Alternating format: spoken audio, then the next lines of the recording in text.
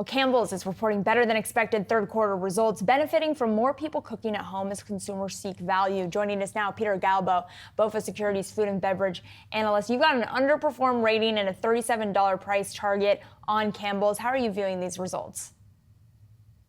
Hey guys, good morning. Thanks for having me on. Look, I think if you peel back, a layer on the underlying results from this morning, what you'd see is that, look, the snacks business for Campbell's, which is brands like Snyder's Lance, Late July chips, is kind of performing in line with the category, which has been disappointing so far. And that was a continuation of the trend in the quarter and honestly on the go forward period as well.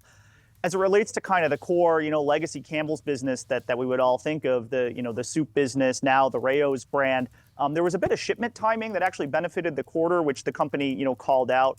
Underlying trends on the base business were a touch better than what we looked for, but on the whole still remains pretty tepid from an overall standpoint. What do you sense about the consumer, the health of the consumer, as according to the gospel according to Campbell's, if you will? Yeah, I think what we're seeing, Brad, as it relates to the consumer as a whole in staples is that staples have been, frankly, less stapley than we would have otherwise noted. And I know that's not, the technical term, but what we're seeing really is probably more discretionary activity on the part of the consumer in these consumable categories that are more everyday usage. And that continues to be the case, particularly in categories like snacks. And talk to me about that category specifically. One of the big questions has been whether or not we're going to see a negative draw on companies like Campbell's due to the increased usage of GLP-1s. Are we seeing any evidence of that yet? So it's a great question, and it's one that we've tried to really dig into a bit on. I think what you're seeing in the snacks category as a whole, and this is emblematic of what we've seen out of names like Pepsi, who's the largest snacking player, Kellanova, which has a large snacking business, Campbell's. It's really more probably a function of the price point. So you've seen collectively, the snacks category take something like 30 points of pricing, or even a bit more than that over the past 4 years.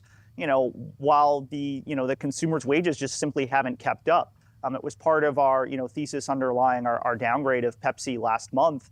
Was simply just, look, wages have not kept up with the pricing in snacks. It's a more discretionary purchase. And so, it's going to take, a price correction to some extent on the part of these companies, whether that be in pack size changes or in actual list pricing to try and stimulate consumer demand. Pack size changes, does that mean shrinkflation? Pack size changes can mean a number of things, but really what it is it's trying to hit a price point. So if a consumer only has $2 in their pocket, it's about hitting a pack size that is at that price point. As you talk about price point, one of the things that they mentioned was unfavorable net price realization here during the quarter. How much of a headwind or an extended headwind do you see that being?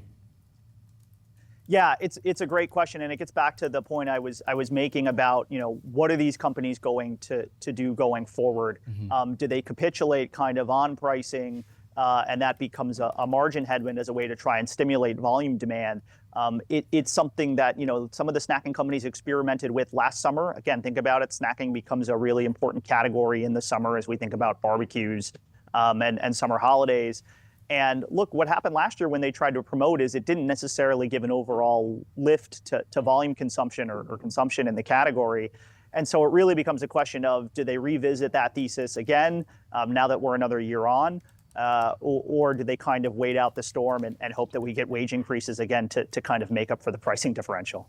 And we're about a year into Campbell's acquisition of Rao's sauce. How has that impacted the business? And also, I should mention, I'm seeing some commentary from our Yahoo Finance users on our platform that there may be some skimflation going on in the sauce jars, according to them. So we'll have to fact check that, Peter. But what are you seeing? So look, in terms of Rao's, this, going back to the time of the acquisition, this made a lot of sense. It's a category that Campbell's plays in materially. With the Prego pasta sauce brand, this was a much more premium offering that they could look to add to the portfolio. It's a totally different process, right? The product is made in Italy and imported from there for the most part. So a bit different from what you might be seeing on some of the lower priced pasta sauces on shelf. It's been a good acquisition.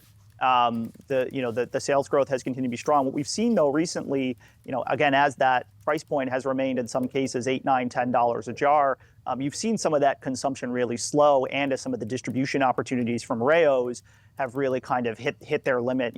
There's probably room for more consumption on the part of the consumers, but in terms of expanding distribution, we think that's a bit more limited going forward.